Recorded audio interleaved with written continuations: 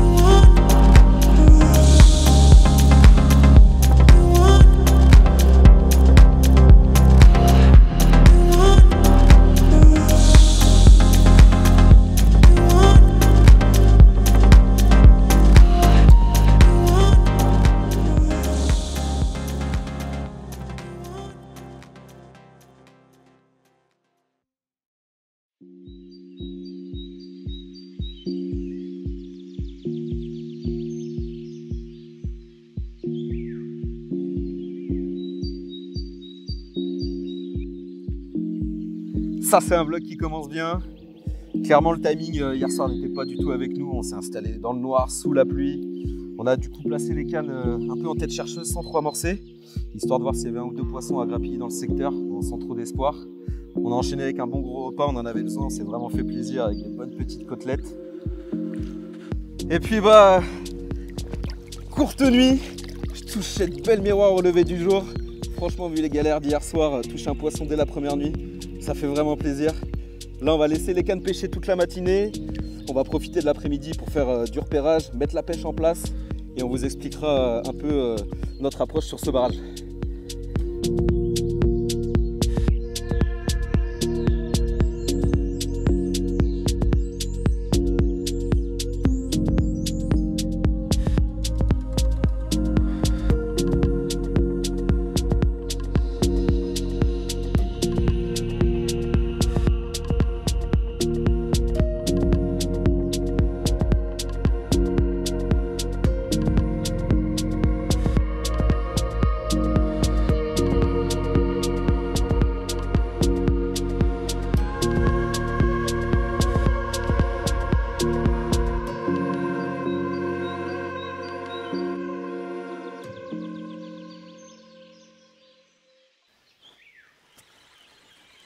Bon ça y est, il est 14 h, donc là je remonte les cannes, puis je vais en profiter pour vous parler un peu plus en détail de notre approche avec Guillaume.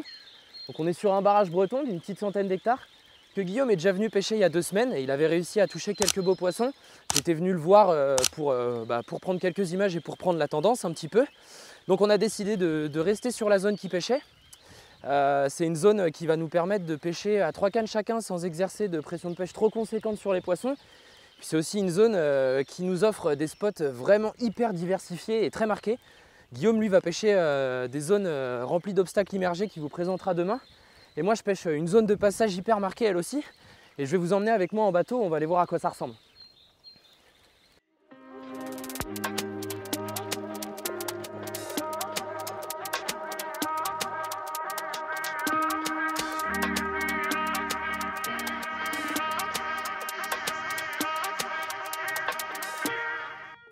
La zone de passage dont je vous parlais, elle est juste derrière moi. C'est ce petit pont en pierre qui crée une communication entre 2 grands bassins du lac. C'est à mon avis une zone vraiment hyper intéressante à exploiter, surtout en cette saison. Avec l'eau qui se réchauffe, ça va amener les poissons à naviguer de plus en plus sur le lac. J'ose espérer qu'ils vont passer sous ce petit pont. Donc j'ai décidé d'y placer 2 cannes, une canne de chaque côté de la sortie du pont. On va avoir une canne au pied d'une cassure dans 6 mètres d'eau et une canne sous des frondaisons sur une petite marche située dans à peine 3 mètres d'eau. Donc voilà, ça fait 2 profondeurs différentes, c'est assez intéressant et ça va me permettre de comprendre un petit peu comment les poissons rentrent ou sortent de la zone. Je vais éparpiller des bouillettes de façon assez éparse, assez large pour marquer une zone, on va dire, et faire travailler le spot parce que je pense que je vais le pêcher au moins pendant 2 ou 3 nuits.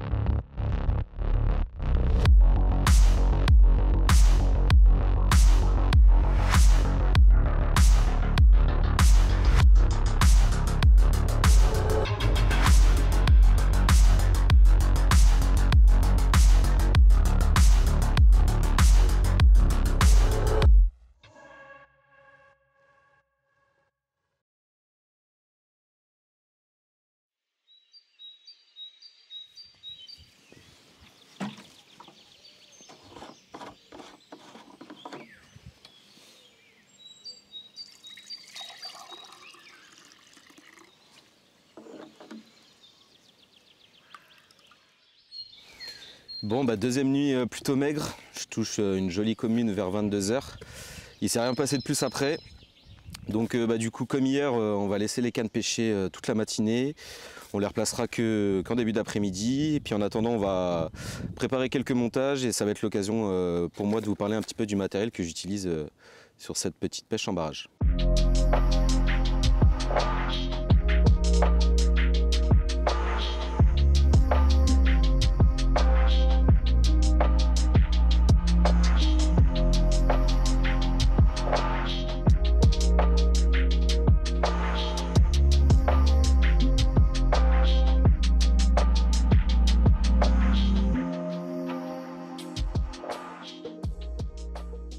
Donc quand on parle de pêche d'obstacle, il y a quelques paramètres à prendre en compte. Au niveau du terminal tackle, on est sur une grosse tête de ligne en mono snag leader en 65 centièmes. Un clip long qui va me permettre de libérer le plomb si le poisson rentre dans les branches. Au niveau du bas de ligne, ça va être spinner rig avec un mono en 60 centièmes, donc légèrement plus faible que ma tête de ligne si le poisson se met à se tanker et que je dois éventuellement casser. Après, j'utilise un QC Ring Swivel, donc c'est plus grossier certes qu'un émerillon à spinner, mais pour moi c'est plus costaud, c'est aussi un peu plus lourd, donc ça m'évite d'utiliser de la pâte plombée. Et pour terminer, un Kershank XS taille 2, donc les XS c'est la gamme renforcée de chez Signette, et ça fait largement le taf pour mon type de pêche. Le deuxième paramètre qui est pour moi d'ailleurs le plus important dans la pêche d'obstacle, ça va être la sécurité du poisson. Là, clairement, sous mes pieds, c'est une vraie forêt émergée. J'ai des arbres qui sont au fond de l'eau jusqu'à 7 mètres d'eau. Donc le but, ça va être de concrétiser les touches. Je ne vais pas pêcher bêtement au milieu de ces arbres. Je n'ai pas envie de perdre un poisson sur 2. Du coup, je vais créer un amorçage à l'extérieur de cette zone immergée. En faisant un petit chemin, je vais inciter du coup les poissons à en sortir. Et pour l'instant, ça marche bien puisque on est sur un 100%.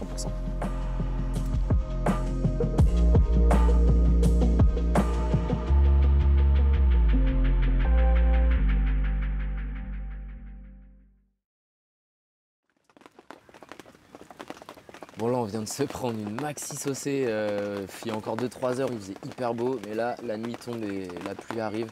Donc on s'est posé sous la sociale avec Guillaume, on a un pote qui nous a rejoint. Du coup on va trinquer la première bière de la journée et puis on va espérer que le coup du soir donne quelque chose. Et on vous tient au courant.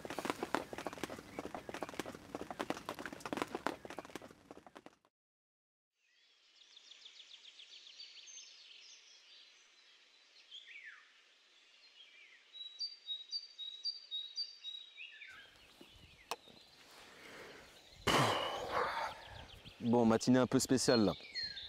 On s'était levé hyper tôt avec Martin, on avait prévu de changer de poste si vraiment on faisait rien de la nuit. Puis c'est ce qui s'est passé. Du coup, moi je me suis empressé de mettre les batteries à charger sur le transfo. Malheureusement, j'ai inversé les polarités, j'ai cramé le transfo. Oh, oh.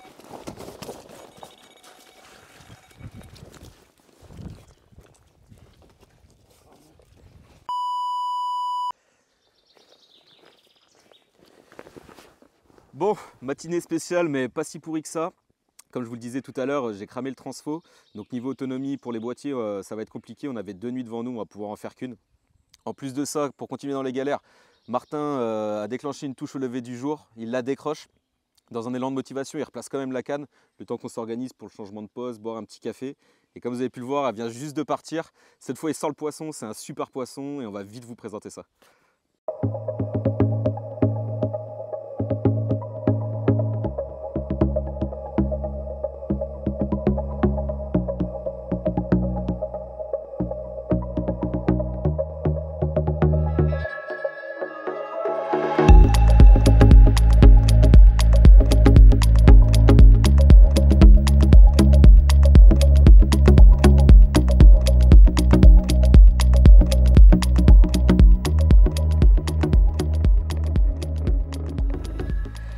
Bon, ce matin, on avait vraiment le moral dans les chaussettes avec Guigui, entre la nuit capot, le transfo qui grille, et puis moi qui loupe la première touche de ma session. Franchement, ça partait pas bien, et finalement, j'ai eu raison de tendre la canne vite fait, parce que la récompense qui est tombée, elle fait vraiment plaisir. Regardez-moi cette belle miroir bien trafue comme on les aime. Un poisson qui a du vécu, avec une caudale qui a un petit peu souffert, des cicatrices, une bouche bien charnue. C'est vraiment, pour un premier poisson sur ce barrage, je suis vraiment verni. Et puis c'est un poisson qui vient valider une théorie qu'on était en train d'élaborer avec Guillaume. On pense que les poissons se nourrissent dans un petit peu moins d'eau que ce qu'on avait prévu. Donc celle-là, je l'ai pris dans 3 mètres d'eau, à droite du pont, le spot que je vous avais présenté hier, avant-hier, sous les frondaisons. On va faire quelques photos et puis on va la remettre à l'eau. Et puis on va profiter de la fin de la matinée pour aller réajuster la pêche en espérant vous montrer 1 ou 2 poissons de plus sur ce dernier 24 heures.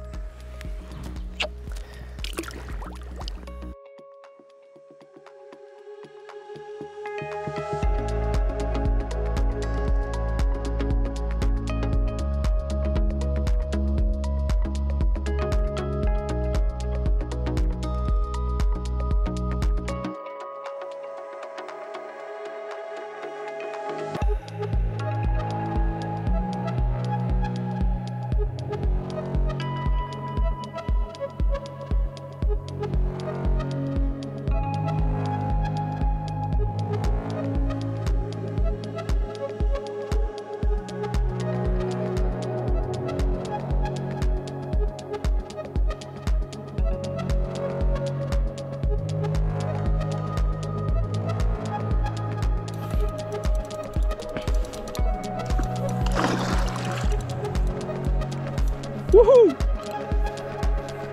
Il y a des écailles.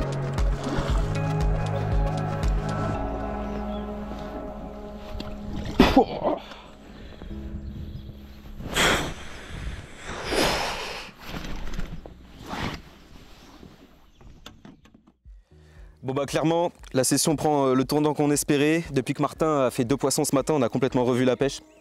Toutes les cannes qui pêchaient profond, on les a remontées sur les bordures.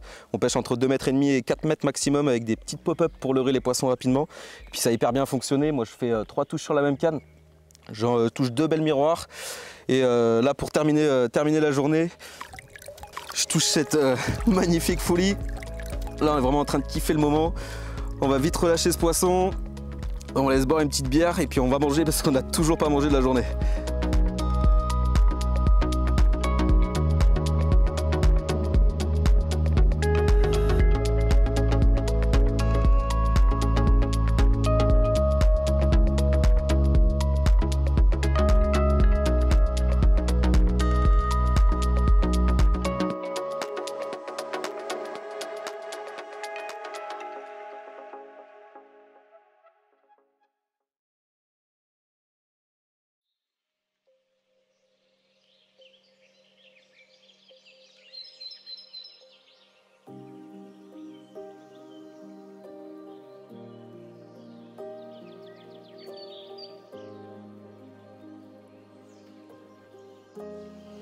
Bon, ça y est, dernier café de la session. C'est fini. Ouais. Avant de vous parler de ce qui s'est passé cette nuit, on voulait se poser avec Guillaume autour d'un dernier café pour faire un petit débrief de la session. On est plutôt content. Ouais, on est content. Ouais. Clairement, la session elle a pris un tournant sur le dernier 24 heures.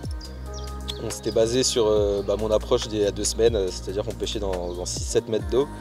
Et puis on avait quand même 2 cannes qui pêchaient dans un peu moins profond. Et puis en fait ouais, c'est ces cannes-là. C'est les seuls qu'on produit du poisson, donc il fallait pas se poser de questions sur le dernier 24. On a tout remonté, on a tout remis dans 3-4 mètres d'eau, on s'est pas posé de questions. Puis on a bien fait, hein, on fait 7 ou 8 touches sur le dernier 24 heures. Ouais, c'est clair, c'est clair. Non, et puis c'est d'autant plus gratifiant que c'est une réflexion qu'on a menée à 2. Et puis voilà, franchement pour un 3e volet, on va pas se plaindre. Hein. C'est clair. Et on vous a pas encore parlé de la dernière nuit. Ouais, parce que c'est pas tout à fait fini, on a encore 2 ou 3 trucs à vous dire et à vous montrer.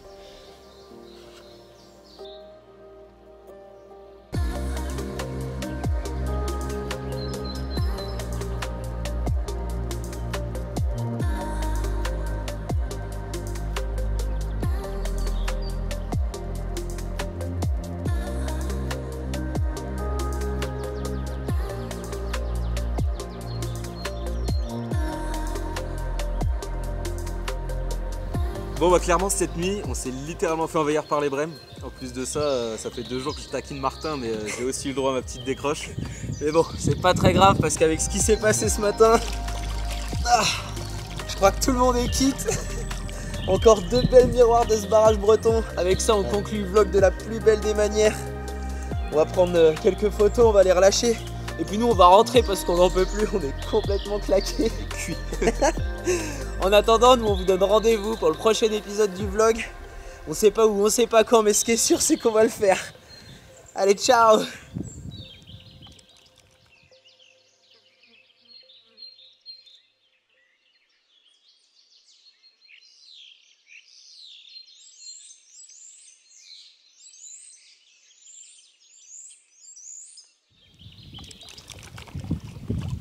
Ah voilà.